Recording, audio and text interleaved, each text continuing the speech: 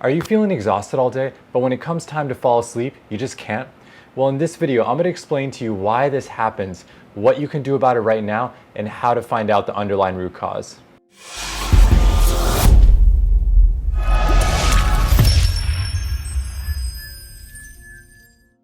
Hey there, I'm David, and I help people reclaim their lives from brain fog, chronic fatigue, and low self-esteem.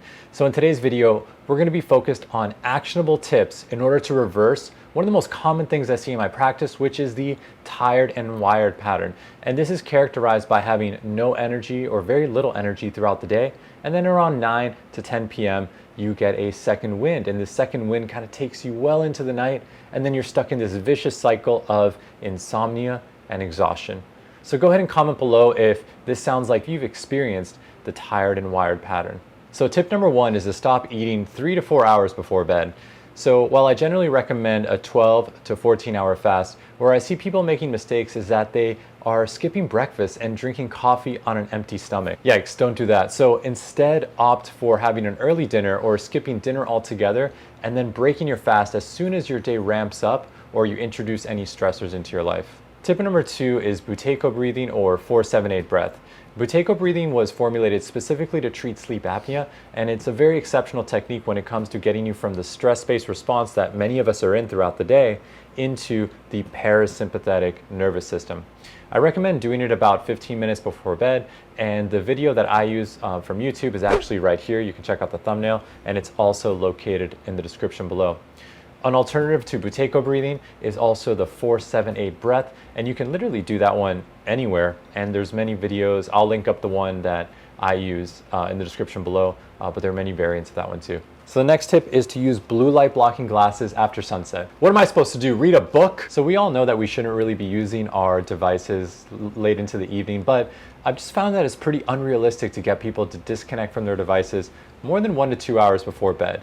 So what I do is I use these Felix Gray glasses, or there are other companies that make good ones like Blue Blocks, Bone Charge, and the myriad of others on Amazon. Hey there, if you're getting value from this video, go ahead and hit the like button and subscribe to my channel for more content on how to heal from burnout, brain fog, and chronic fatigue.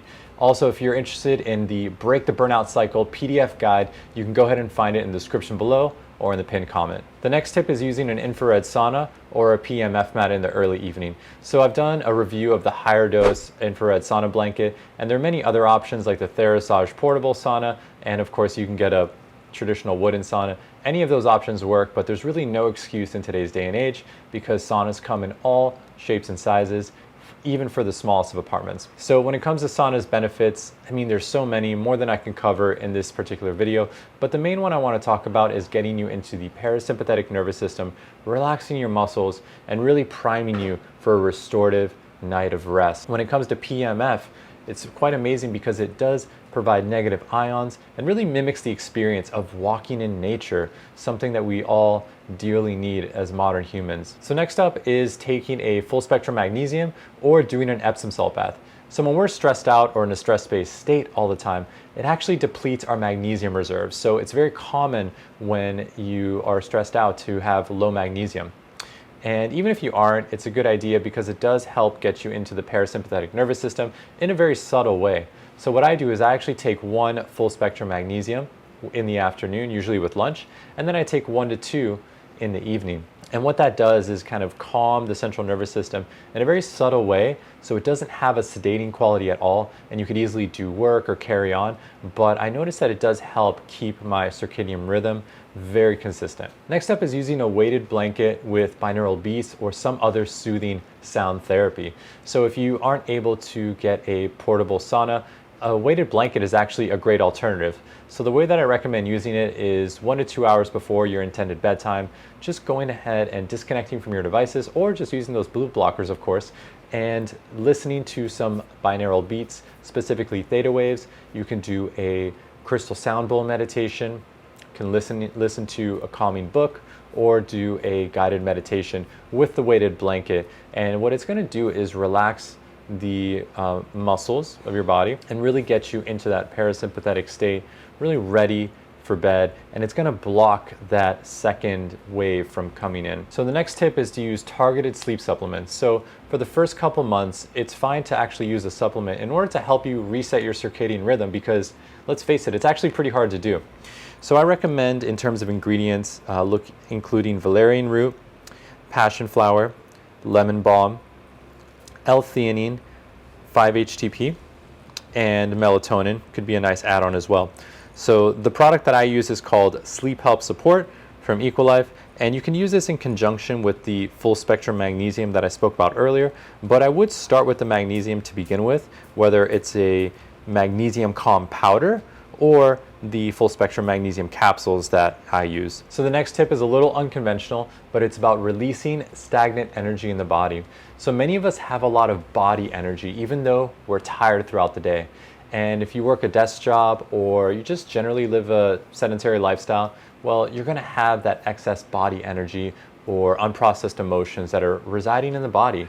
And let's face it, modern life just throws a lot at us, and we don't have a lot of time to actually process our experience. So doing practices like ecstatic dance, shaking, or even just doing Tabata or a 20 to 30 minute interval cardio session could really help release that excess energy and prime us for a restorative evening and more energy the next day. And the last tip for resetting your circadian rhythm and increasing your energy throughout the day is something called NSDR, or non-sleep deep rest.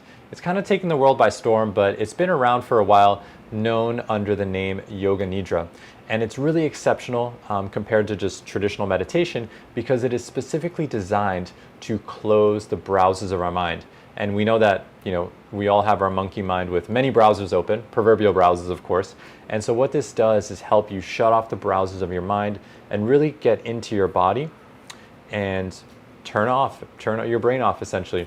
So I put a link in the description below for the Yoga Nidra channel that I like to use, and I would recommend using it before bed, doing maybe a 20 to 30 minute Yoga Nidra, but you can also do them throughout the day, because as you know, if you are feeling tired and wired, well, you're tired throughout the day. And so if you want to get the most out of your nap time, doing a 10-minute NSDR practice is an amazing way to reset the nervous system and prime you for the second half of your day.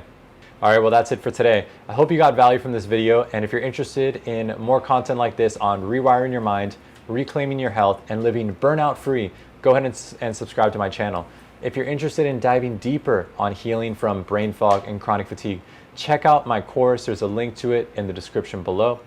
And of course, if you want to connect on a certain health topic that is of interest to you, something that you're facing and you just haven't been able to get any answers from practitioners, from doctors, or even just being heard and seen from your family and friends, well, go ahead and book a quick discovery call with me. I always like to connect with people that I'm impacting through my videos, and would certainly like to connect with you to see how I can be of service. May you be happy, may you be healthy, and may you move through this life with ease.